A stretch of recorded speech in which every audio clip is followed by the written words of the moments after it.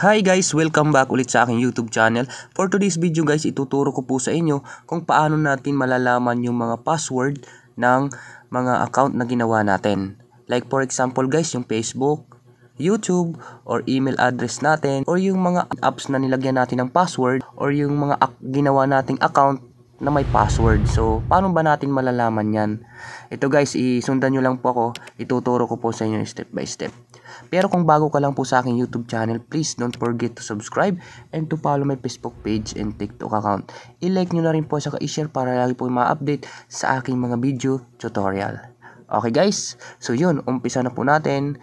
Keep on watching. Okay guys, pumunta lang tayo ngayon sa settings ng cellphone natin. Tapos dito sa baba, scroll up lang natin to.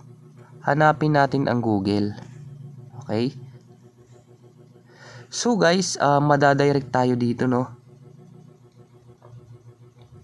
So yan, madadirect tayo dito guys, no? Ang gagawin natin guys, pumunta tayo dito sa password manager. Makikita nyo yan dyan guys. Siguro iba-iba yung sa device. Basta hanapin nyo lang po yung password manager. So i-continue lang natin yan guys. So ayan guys, kung makikita nyo guys, mayroon dito yung mga apps natin, yung dito apps, Facebook, Foodpanda, okay, yung mga games natin na may account na nalagyan ng password, yung apps ng Pag-ibig, Jobstreet. So ayan, Anymaster, yung password niyan, Lalamove.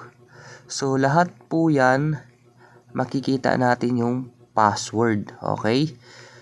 So, try natin guys ngayon, no? Punta tayo dito sa Foodpanda na to. So, yun. Okay?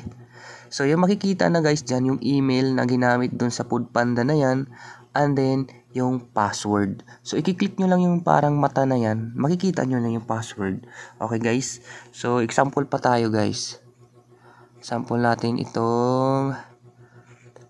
Jobstreet. So, yun. Makikita rin yung email address at yung password. Okay? Pwede nyo rin i-edit yan, tapos papalitan. Sample pa tayo guys. Okay. So, dito.